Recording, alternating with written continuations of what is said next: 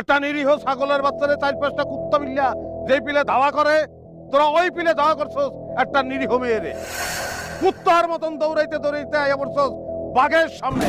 আমি আক্কাস মারবো জাক্কাস। খালি তোরা এখন পছন্দ করে লবি, মায়ের কি একলা খাবি না গুড়ি গুষ্টি শুদ্ধা খাবি?